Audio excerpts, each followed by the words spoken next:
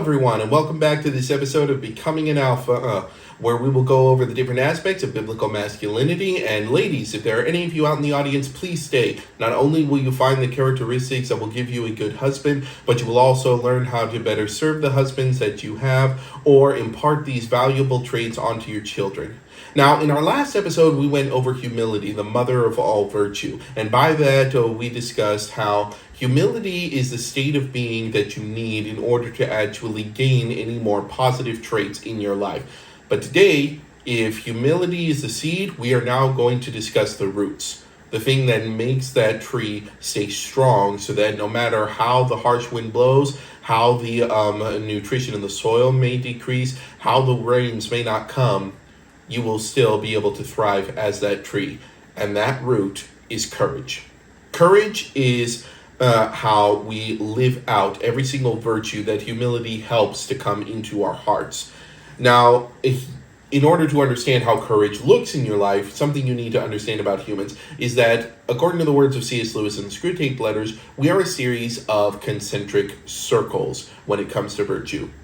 The most basic of these circles is the circle of fantasy. Now, this is a circle where, whenever virtue is concerned, this is at the level of consideration, maybe even imagination. Something where we're like, you know what, maybe that's something that I should have in my life, or maybe that's actually a good thing to have. This is where it's just beginning to be considered.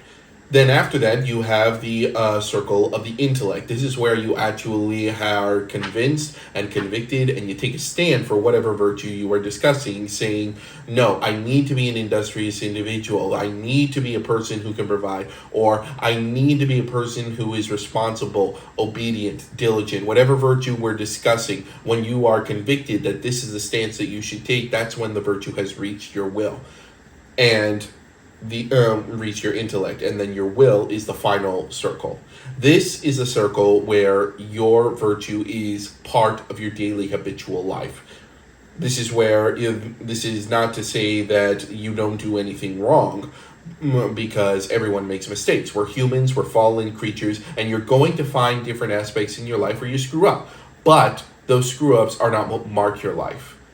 Everyone knows you. Whenever people ask them about you, they will be able to say, no, that's not within this person's character. Even if you occasionally screw up, then when the virtue has reached your will is where that's an actual part of your heart. When that virtue is a part of your character that everybody can see in you as you continually go on throughout your life. Now, there are a couple of elements of courage that we need to discuss. And the first of these elements is that it's not always dramatic. And that's really difficult for a modern audience to grasp, because courage is promoted as something dramatic in almost every single realm of pop culture, whether that be movies, songs, books, whatever we're discussing. It's always some sort of dramatic example of us being able to be courageous in our daily lives. Courage actually can manifest in incredibly small, subtle, and nuanced ways. And simple courage ends up proving the truth of what many people feel. See, many people say that they could do the dramatic forms of courage, but if they don't demonstrate that in the simple tasks of their lives, then they're not telling the truth. There are many people who say, you know what, if I was running the country, then I could do this right, but you can't even run your own life, and yet you think you could run other people's. This is why Jordan Peterson, a clinical psychologist who I highly respect, in his book, 12 Rules for Life, he says, before you think about helping anybody, you first need to learn how to clean your own room. Because if you cannot maintain order, balance, and virtue in your own life, then you cannot expect to be able to do that for anyone else. As the Bible verse says, he who can be entrusted in that which is least can also be trusted with much. This is a classic trend in Scripture. For example, King David. When David was chosen by God to be king, he was chosen because of the faithfulness he had demonstrated as a shepherd, just watching over a flock and being sure that he could take care of them. He had demonstrated all of the virtuous characteristics that a king needed in order to rule. As a king, he would just have to amplify them, exponentially grow them, but he still had the same substance as a shepherd that he would as a king. As long as he could simply expand on them, then he would be a great king. And King David ended up being one of the greatest kings that we ever knew. Another example of virtue being simple and yet deeply profound is with Frodo in Lord of the Rings. Frodo's task, when you really think about it, is not really that big a deal. He has to simply carry a ring, walk a long distance, and then drop the ring in a pool of fire. That is not at all that dramatic when you think about it. And when people think about courage, when it comes to Lord of the Rings, Aragorn's always the first one who comes to our minds. And that's not at all surprising, given the fact that he has the kingly stature and the kingly role. And this is the thing that we all look to admire. In fact, honestly, Pilgrim's Pass is the one who first showed this to me, linked to his channel down in the description. Frodo is a character and a protagonist who is more underestimated and underappreciated in his own story than any other character in all of fiction. Everyone usually says Sam is the real hero of that story, and Pilgrim's Pass made a very excellent point that Frodo, the reason that he does not seem so heroic to us or courageous to us is because his struggle is almost entirely internal. He's dealing with a spiritual war far more than a physical one, and as such, the courage is not nearly so dramatic. Now, this understanding of internal and simple courage has definitely been abused in our modern generation. For example, we have people being called brave simply because, oh, you're overweight and you still think you're beautiful, you're a brave individual. No, that's not an example of bravery. That's an example of lacking self-awareness, because beauty is a mark of making good decisions in your life and that being reflected in the body that you have. So whenever you are making terrible decisions and it comes out in your body, it is not brave in order to think yourself beautiful. It is instead brave to recognize, I have some things that I need to work on, and then actually implementing them. And you know what? I should correct myself. It's humble as an overweight person to recognize that you have some things you need to work out in your life, and then it is actually courageous in order to live it out. Go to the gym and go work out and actually get yourself to a healthy weight, or at the very least, to even make an effort, even if you do not have the success. And finally, the other example of simple courage that I want to go over is once again in the Screwtape Letters. Once again, if you want to become an alpha, look up C.S. Lewis. You will never find someone who can better deal with the issues of a heart than him. Between his books, Abolition of Man and the Screwtape Letters, these will give you such insights into your soul that you will become an alpha all the more easily. But in the Screwtape Letters, Screwtape is an old devil who is teaching his nephew Wormwood how to properly tempt a human being. And this human being has volunteered as the local air raid warden. And one day there is a raid from some German bombers. And he is terrified the entire time during the raid. And so as a result, he thinks of himself as a coward because the fear was so pervasive. He was sweating, his knees were shaking, his hands were trembling, but that didn't change the fact that he was still doing his duty. He was still going out and serving his people as the air raid warden and doing everything that job required, if not a little bit more. And that's an example of courage being simple, but at the same time profound. And as one artist said, it is better to be simple and deep rather than complex and shallow. Now, the other element of courage that we need to go over is not only can courage not always be dramatic, but nevertheless, it does require stakes. It does require that you're actually risking something in order to be courageous. Because if there's nothing on the line, then there is no chance for you to actually show courage. And as one person very rightfully said, courage is not the absence of fear, but rather it is the willingness to overcome fear. And indeed, if you do not have fear, then you're not going to display courage. Because fear lets you know that there is something at risk. Fear lets you know that there's something on the line that you could potentially lose if you do this wrong. And that fear is meant to inform you so that you can make wise decisions, but it is not meant to hold you back from doing what is right. And that's where courage comes in. Courage is what says to the fear, whatever the risk may be, I still have to do this because it is the right thing to do. And C.S. Lewis goes into this aspect of courage very deeply in 3 different letters in the Screwtape Letters. And in his mind, the need for courage in our lives was one of the answers to the question, why does God allow so much suffering in the world? In the first letter where he discussed this, it was the letter on war. Now, in this letter of war, Screwtape was saying, don't think that in a war everything's going to go our way, because there are certain tendencies in war that aren't in our favor. Yeah, sure, humans will be cruel and they all lack chastity, but they could easily turn to God simply because it's a period of tribulation. And what's more, is that there is a continual remembrance of death in wartime. No human can think that he's going to live forever. And while many may think that war is a great opportunity for an attack on faith, that view is exaggerated, because God's people have plainly been told that suffering is an essential part of the sanctification process. So any faith which is destroyed by war, plague, famine, persecution was never really worth the trouble of destroying. Because if your faith cannot stand up whenever life gets difficult, then it wasn't real faith. It was simply holding on to what was popular. It was shifting in the wind like a blade of grass. It wasn't taking any solid root in the soil, as courage is supposed to do. Then, in the next letter, it was on the law of undulation. And this law is essentially the idea of humans have to be in a constant state of change because we live in time. So the nearest approach to constancy that humans have is the law of undulation, where we keep returning to levels from which we repeatedly fall back. A series of troughs and peaks, keep going up and down. Now, when it comes to the law of undulation, the reason that God chooses not only to allow this law, but to spend the most time trying to develop us in the trough periods, in the periods where we are the lowest, that is when he asks the most of us and tries to develop us the most, is because God doesn't want robots.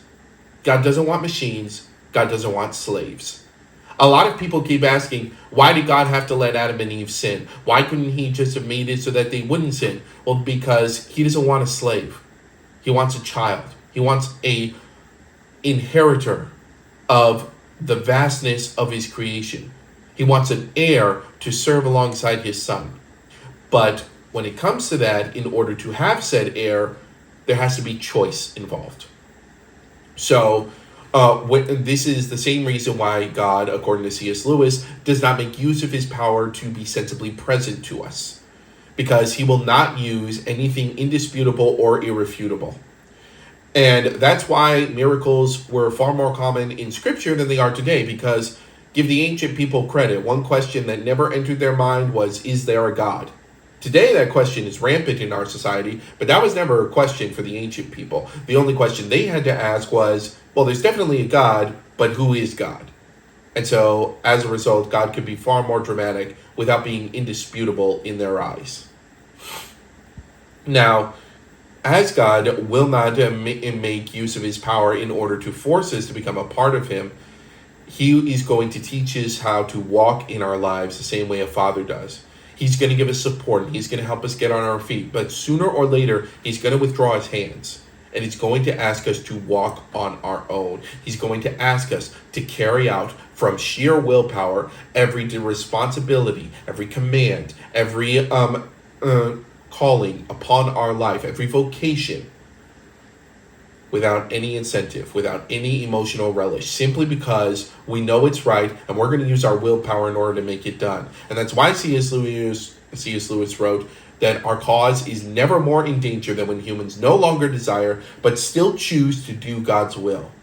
When there is no inclination to do so and they still choose to, the devil is never more defeated. And then finally, the final letter in which C.S. Lewis discussed the issue of courage was in his letter on cowardice, where Screwtape says that humans have been made proud of almost every single vice in the book, but not cowardice. Because cowardice is a vice where anytime someone becomes aware of that in their lives, they're immediately ashamed. Because even if you can try to make people proud of cowardice, the second that there's a war or an earthquake or some other calamity where people need you, courage is so obviously the better thing to have. And this is still the vice for which we feel genuine shame in our lives. So any time where the call to courage comes and we're not able to answer it, we actually get a genuine amount of self-awareness where we can look at ourselves in the mirror and see where we are virtuously struggling in our lives, where our morals are lacking.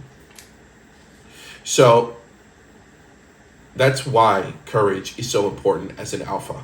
Courage is unbelievably important because courage is not just a virtue. It is the form that every single virtue an alpha takes at the form of the testing point, which is the point of highest reality. Because any virtue you have, whether that be chastity, mercy, honesty, bravery, any of these virtues which yield to danger are only going to exist under certain conditions. For example, as C.S. Lewis pointed out, Pontius Pilate, he was merciful only when it became risky.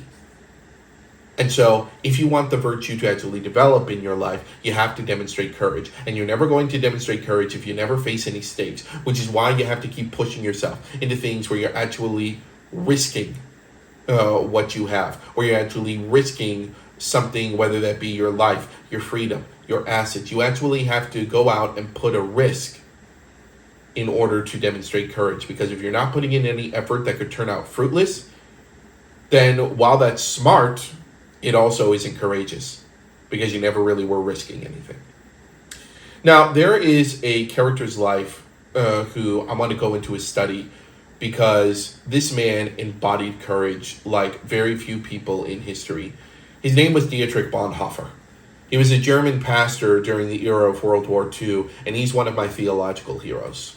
He was a man of unbelievably pronounced courage throughout almost all of his life. And we're going to look at that life today in order to understand what form courage can take. When Dietrich was just a 10-year-old boy, he had decided to become a minister, which in German society was not really a well-respected profession, because Dietrich Bonhoeffer came from a fairly aristocratic family. And so among this social circle, it was believed that the ministry was a place where people went when they had no other choice. But Dietrich Bonhoeffer, he felt a calling on his life, and so he studied theology in Tübingen and Berlin, and he traveled abroad to several places, including Rome, where he spent a semester learning the tenets of the Catholic faith, and then went on to America to study in several of the other Protestant religions, where he also grew to love gospel music and developed a deep relationship with the African American church. But he also faced a confrontation of the prejudice that was very deep in American society at that time. And it brought him to a crisis of everything he had believed about his faith, because he had believed that you can be a good servant to your country and a good servant to Christ at the same time. But when he saw the horrific ways in which the African Americans were mistreated, he knew that in those circumstances he would have to speak up. And so he came to the realization, I cannot be both. I have to be a Christian first and foremost and a German second. And I can only pray to God that those two will never oppose one another. But unfortunately and inevitably, they would come to oppose one another when the famous nasal mustache leader was appointed as the new head of the Third Reich. And during that time, Dietrich Bonhoeffer, he wanted to make a stand against this leader in order to stop his agenda from being pushed forward upon the German people. And he knew that there were two pillars of German society. There was politics, but there was also the faith itself. And so he believed, hey, if we can get the right people appointed in the leadership positions of the church, then maybe we can still maintain the goodwill of the populace so that we can actually stop him from implementing his most horrific policies. And so they tried, but the elections were tampered with on numerous occasions. Their leaflets were confiscated by the Gestapo, and they had to organize under a different name in order to properly put forward candidates. And even then, they still lost by over 70% of the vote. And it was such a staggering loss filled with so much corruption that Dietrich Bonhoeffer and numerous other members of the German church decided to defect and form their own coalition, which they would call the Confessing Church. And Dietrich Bonhoeffer, he was rejuvenated by the fact that there were members of the church who were not willing to give into the leadership, but who were instead willing to show courage by abandoning the posts that they had had all their lives and try to build something new. And so he was ready to make a draft for the confession that would mark the tenets of their faith. But he was told the one issue you cannot bring up is the treatment of the Jews. And he was crushed by this. Because not only did he know that this was a horrific thing that was happening in German society, but he had experienced this horror firsthand because his sister's husband was Jewish. And he had lost his post as a professor because of his race. And so Dietrich Bonhoeffer, he felt that maybe he should take some time away from Germany and stop causing a ruckus, and maybe things would work out. So he went to England in order to help with the ecumenical movement and thought maybe if he could gain some of the support of the worldwide church, then that could help him to better have influence over the German church. And he ended up going to an ecumenical conference in Denmark where he spoke loudly, proudly, and sternly on the issues that his homeland was facing. And as a result, the confessing church, they did end up writing a much stronger confession, which condemned the authority of the Reichschurch and said, we will not accept any wisdom, revelation, or anything else as an authority over God's word. And so Dietrich was then asked, we need seminaries if we're going to keep the confessing church alive. So we want you to come and be the head of one in this little town away from the Gestapo's notice. And he did so for a while. Unfortunately, the Gestapo knew that if they allowed this to go on, then it would only cause further strife and they would not be able to consolidate their control. And so they enacted what was known as the Fifth Decree, which said that only the Reichschurch could sanction seminaries or other ecclesiastical bodies. And so, as a penalty for Dietrich Bonhoeffer continuing to work in the Confessing Church Seminary, he was forbidden to teach or preach or to lecture in any public forum, which meant that he lost his position as a professor at Berlin University. But that didn't mean he was willing to keep silent altogether, and he would still write books on several issues, including his most famous, The Cost of Discipleship. But one day, he and his sister received some bad news. They received word that the passports were going to be changed in order to mark whether the bearer was Aryan or Jewish. And so Dietrich Bonhoeffer courageously worked to smuggle his sister and their family out of Germany and into Switzerland, where they would then travel to London. And Dietrich Bonhoeffer, after he had gotten his sister somewhere safe, went back to Germany in order to try to keep addressing the issues there until that fateful night, Kristallnacht, happened. And over 600 synagogues were burned and untold businesses were destroyed, and thousands of Jews were beaten and many of them killed. And Dietrich cried out to the confessing church, we cannot just stay silent when something like this is happening. But at that point, the confessing church had been stripped of so much power by the Gestapo that they were now scared. And they didn't want to speak out. And Dietrich was left with nothing.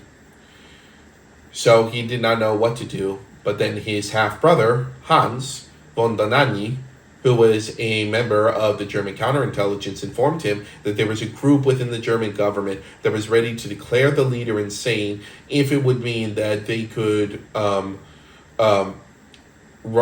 legally overthrow him as long as he declared war.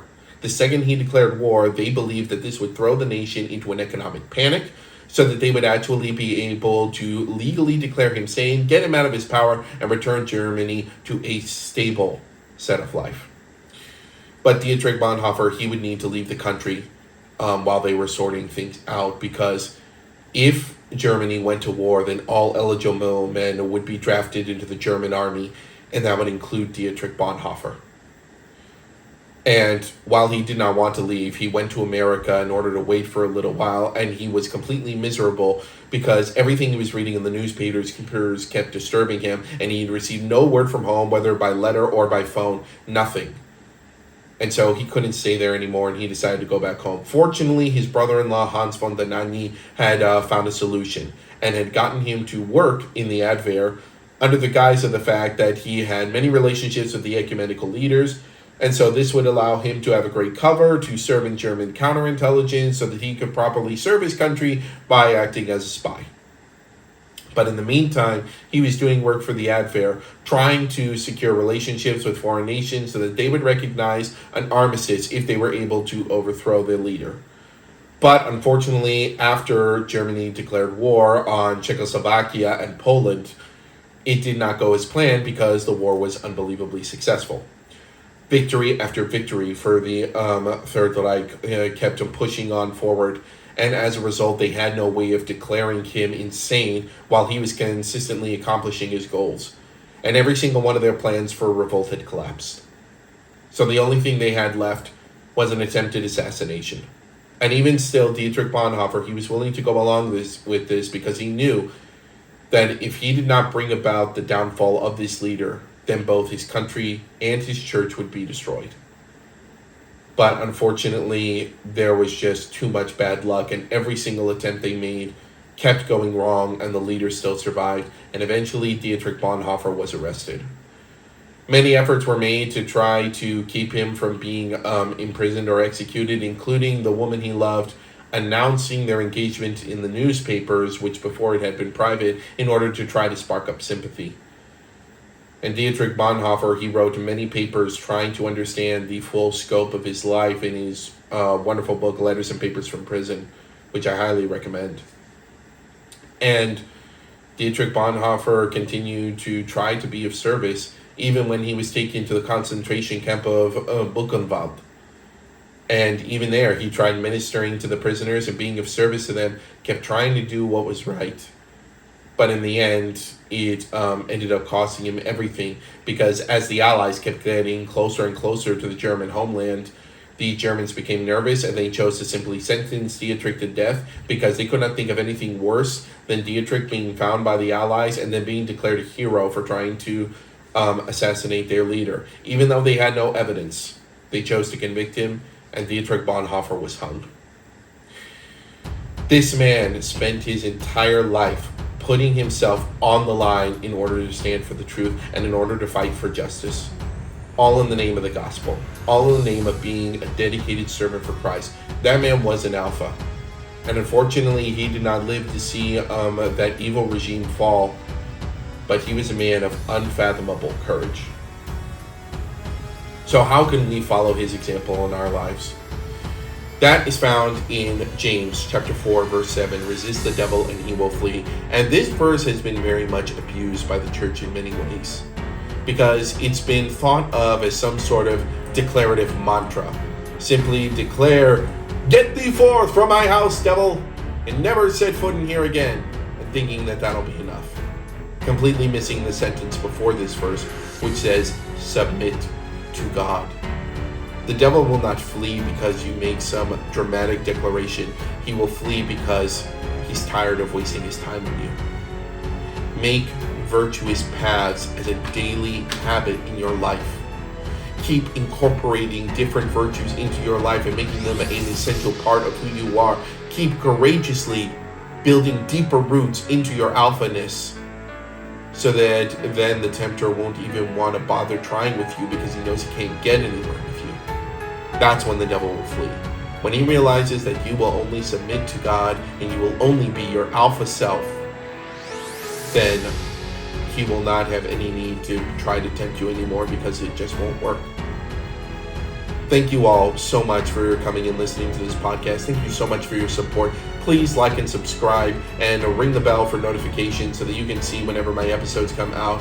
I love all of you guys and I love doing this, and I can't wait to see you next week, which will be an episode on the mother of vice, cowardice. And I can't wait to do that episode with you guys. Thank you so much for your time here. God bless you. Go be the alpha that you were born to be.